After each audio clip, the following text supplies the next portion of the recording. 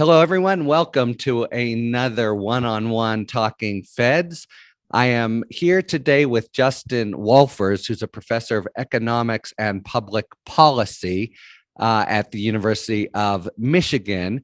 And he wrote a paper that really caught my eye. In fact, I'll give a little bit of a preface here. So I taught at Princeton and was next door to a very nice fellow who showed me how to work the cappuccino machine just as I got there. Very important piece of equipment at Princeton. And the next day won the Nobel Prize. So it's all who you know. In economics, even though he is a psychologist. And this, of course, is the famous Danny Kahneman, who revolutionized public policy and economics generally with all kinds of empirical proofs, along with his working partner, Amos Tversky, who's since died. Kahneman received the Nobel Prize for all kinds of insights into the ways in which we depart from the sort of classical rational person theory that grounded so much of economics.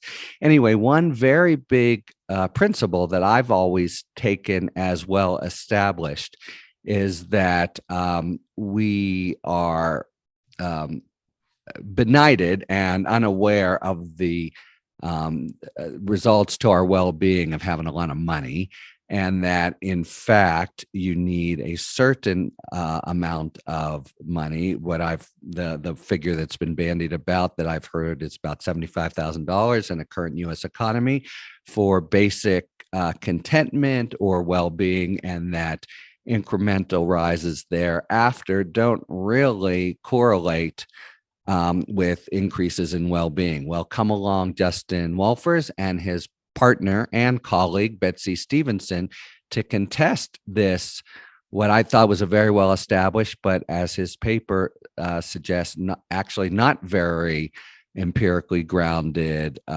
assumption. And he and Betsy have really delved deep and come to a different conclusion.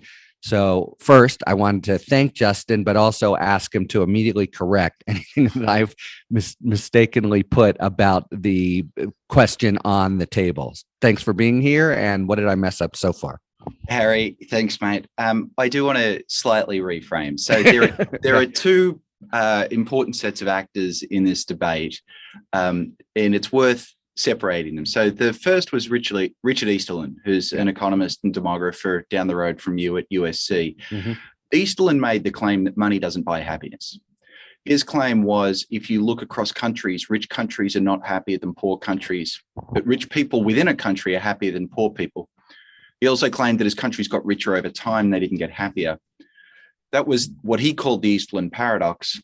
And he claimed that you could infer from this that what matters is not your income, but your income relative to people around you. Yes. If he were right, that would have massive implications for public policy. Every time you get rich, you make me worse off.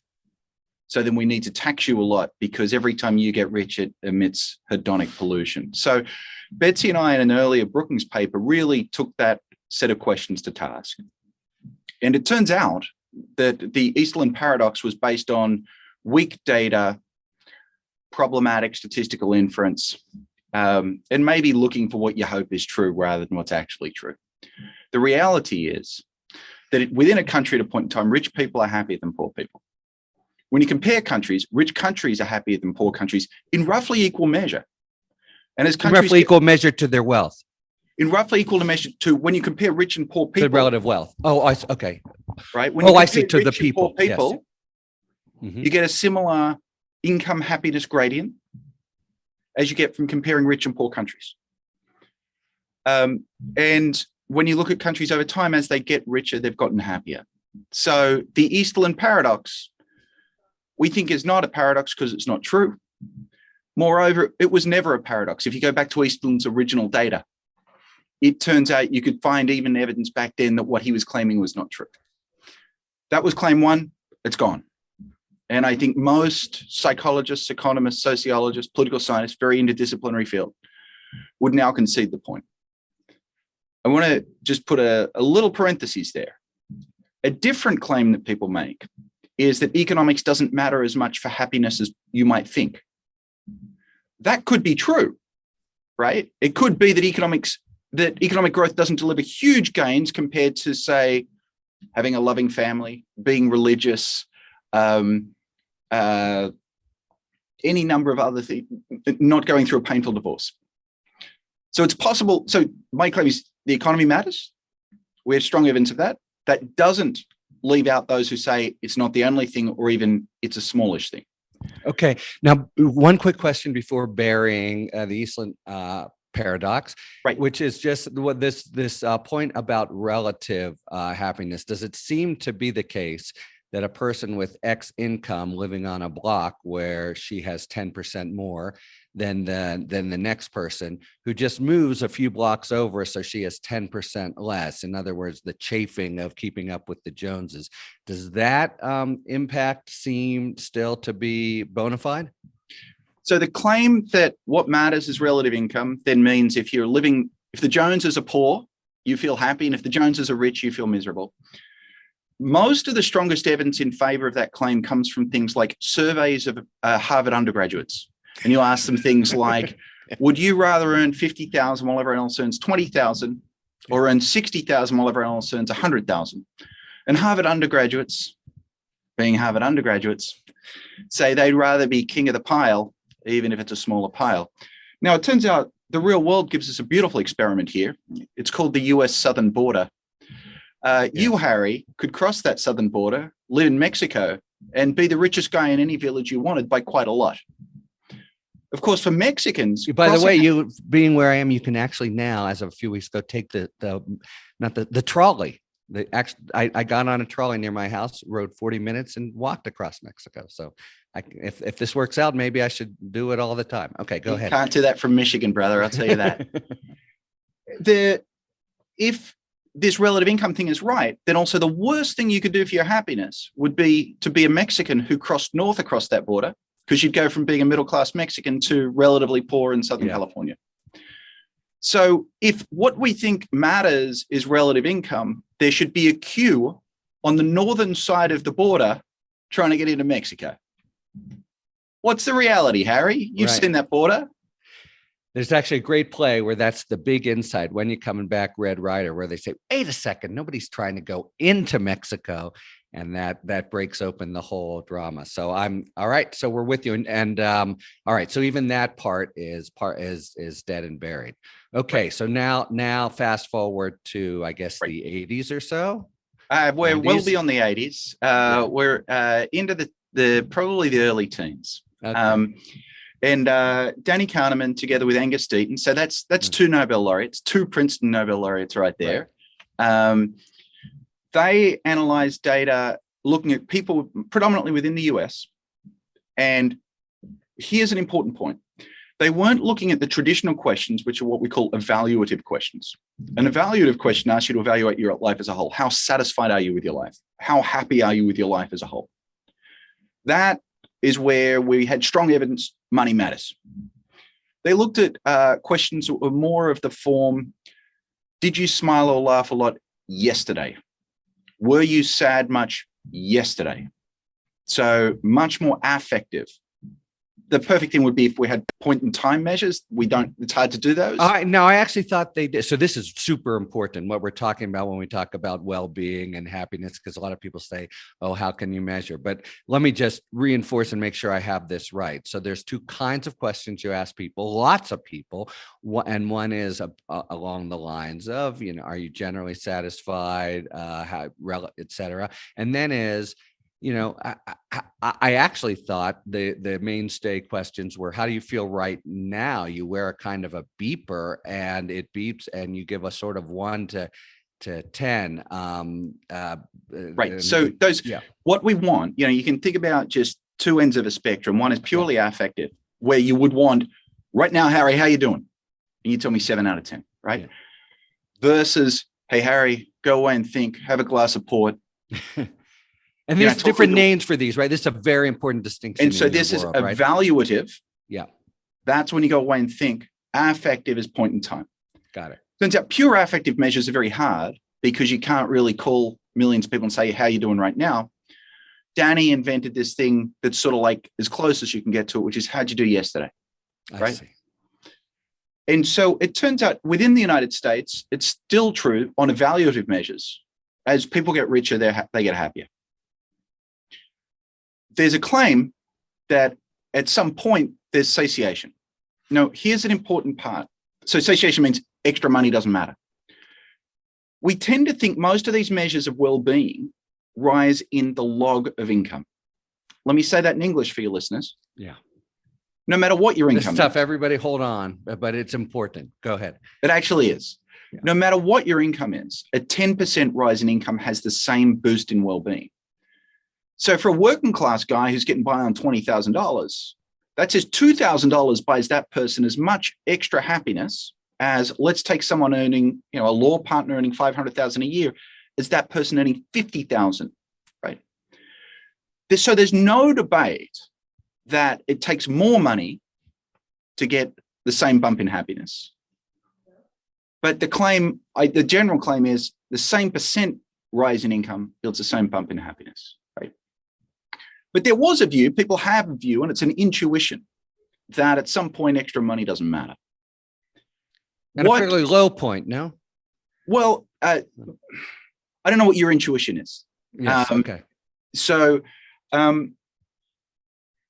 let's talk, we'll have two conversations. One is about evaluative measures and the other is about effective measures. So evaluative measures, how you doing, how would you evaluate your life as a whole? Prior scientists had gotten confused when they saw that it took an extra $50,000 to make someone happier.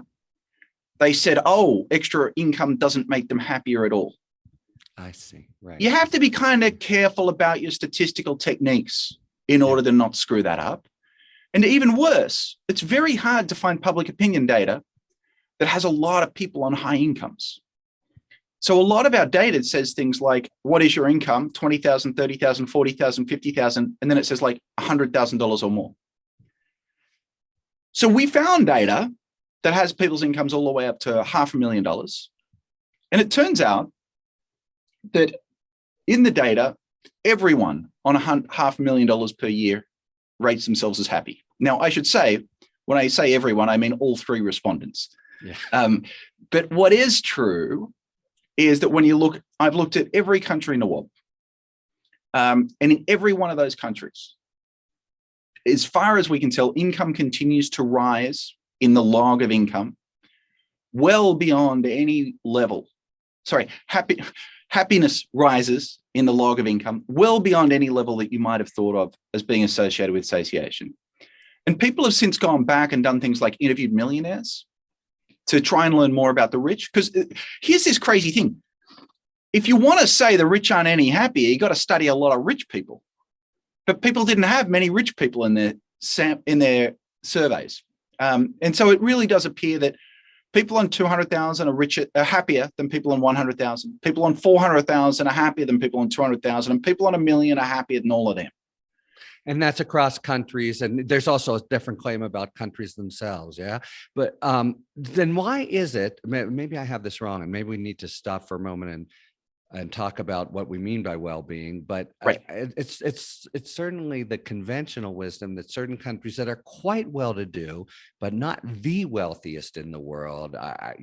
Maybe it changes year to year, but I'm thinking Finland and Scandinavia and the like are happier than the very, most prosperous countries. Is that false? It appears that the Nordic countries are happier on average than you would expect given their income. So Let's just take that back a step. And what does that say? That tells us, yes, income matters a lot for happiness, but it ain't the only thing. Okay. Right. And you can imagine the Nordics are a group that particularly people on the left love to talk about. Like maybe life is a little better with an active social welfare state and with public, with a support system and without having to worry about things. So there are the former Eastern European countries appear to be a lot happier. Former Soviet. They're still in Eastern Europe, at least for now. They appear to be less happy than you'd expect given their incomes. But actually, what's really striking is how well income fits. So Can I say what a correlation coefficient is here, Harry? I think you can, but I'd also at some point, let's do a couple of basic things: a correlation coefficient and what we mean by you've used happiness, and you've used better off, and you've used well-being, and I'd like to know if there are differences among those three terms. Well, let's start with correlation coefficient. So I'm just going to say a math word for you here. If you look at how the average income in countries and the average level of life satisfaction across countries. So I have like 140 observations because I have 140 countries. The correlation coefficient is 0.8. Another way of saying that is if I were to draw a graph and draw a line of best fit, they're remarkably close. So it's as close as any relationship I've ever seen looking across countries. So let me go back. That doesn't prove that income causes happiness. Just says they're correlated. Correlation ain't causation. But what it says is whatever the heck is driving countries to have high income also appears to cause them to have very high life satisfaction. So now, Harry, let's go back to your question, which is, I keep changing words here. So let's be really careful, because sometimes I'm being sloppy and sometimes we need to be careful. This whole set of issues we generally call of like, if you want to know how well, people in a particular country or suburb or city are doing, there are lots of approaches. One thing we could do is we could measure the unemployment rate. We could measure average incomes. We could measure life expectancy. Those are what we think of as being objective indicators. This is about subjective measures. And there's subjective measures that are about the whole package. So well-being. So we call the whole family of asking people how you're doing as being subjective well-being. Now, again, remember within that, we have these two poles. There's how do you evaluate your life as a whole? That's an evaluative measure. At the other end, we have how you're doing right now. That's an affective measure. We have lots of ways of getting at these things. So the typical question that's evaluative says, imagine the ladder of life. The top of this ladder is the best possible life. So by getting you and other survey respondents to think about the best possible life, we're trying to make sure that we're trying to ground it a little so we're all thinking about something similar. You know, maybe it's living in a mansion in the Los Angeles hills. And I want you to think about the bottom of the ladder being the worst possible life. And there are 10 steps on the ladder. Where do you feel that your life stands on the ladder of life? So I'd say 8.5. A different question says, I'd like you to evaluate how satisfied you are with your life as a whole. But you can again get a sense that's very evaluative. At the other end, the hedonic measures are how are you feeling right now? Or did you smile or laugh a lot yesterday? Or did you feel the following yesterday? Depression, right? So there's both positive and negative affect measures. And so the positive versus negative matters. What's interesting, by the way, is people's interest in all of this comes about actually because I think the word that's most politically salient is happy. The problem is when I ask you, Harry, a survey question, Harry, how happy are you? What question did I just ask you? Was I asking you an evaluative question or an affective question? And I think it would, I don't know the answer. And I think it probably varies across people. So it's probably somewhere in the middle. And I think it turns out that that question about happiness actually turns out to, it looks like it's the least reliable of all of these. So people get interested in this because they care about happiness, but then they end up, I think, emphasizing more either affect or life satisfaction. You also want to be a little bit careful in thinking about some of these things. Think about parenthood. Yes, it's the classic, Harry, right? Yeah. Yeah, I got 2 kids. Yeah. Right. You call me any day of the week and you say, how you doing, Justin? I'll be like, I'm tired. Exactly. It's so freaking hard, man. Yeah. And then call me at night. We'll have a glass of red wine together and say, could you evaluate your life as a whole? And I say, oh my God, Harry, I have 2 of the most beautiful human beings that I share my life with. So my evaluation of my life is extremely positive, even if I mean, and my senses of this, it doesn't even vary by, you can call me at, when I'm changing the diapers and everything and saying, I would say at once, at the same time, A, this sucks, and B, it's the most, meaningful experience of my life. Right. Can I take a parenthetic on this? Please. This one's for the dads who listen. Yeah. I think all dads should volunteer for diaper duty. And because it's not painful, The thing that I didn't know till I became a dad is baby poo doesn't really smell. And it's the great time where dads get eye contact with the young one. And I tell all my male friends, you're going to get credit for it, but better than that, you're going to love it. It's actually one of the best parts is changing a diaper. It's true. It's true. All right. So look, we are just scratching the surface of a super, super important area. And I recommend to anyone, you can just Google Wolfers and Stevenson for this paper, but also the stuff Danny Kahneman, it's not his really manifesto, but his sort of popular compendium of many of his ideas is in Thinking Fast and Slow. Not the best title, but a really great book. I want to thank you, and B, close with a study you probably know about, but it's so perfect for you and me that I heard Danny Kahneman discuss. It's a happiness study. It involves Callow undergraduates, but a whole mess of them, some from Michigan and some from California. And this is my understanding of the punchline here.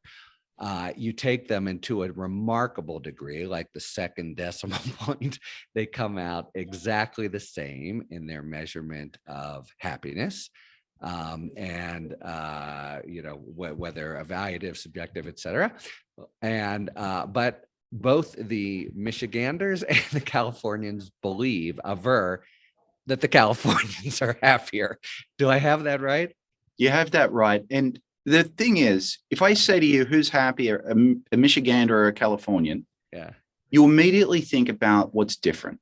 And what's different is there's a foot of snow on the ground outside, and you've got the beautiful sun outside. And that difference obviously goes your way. But then why are they actually as happy? And it's because look at how they live their lives. Like the truth is right now, I'm in my house. I'm indoors. Doesn't matter if there's snow. I'm talking to an interesting bloke on the other side of the country. And so Danny's takeaway is nothing is ever as important as you think it is at the moment you're thinking about it. And I think that's really huge, right? It's, what's salient to you. So, he same thing for if you become a quadriplegic. It's not that it's pleasant to be, but after a little bit of time, you're thinking, I got to get the mail and pick up, you return to daily thought patterns that aren't like California or whatever. Just, this has been a real pleasure, and I hope we can talk again. This is the rare Patreon that is going to be available to all, so it'll give you a little bit of a flavor of the things we do on Patreon, but sufficiently interesting to put it out there for everyone. So I hope you enjoy it. Thanks again for your time, Justin Wolfers. A pleasure.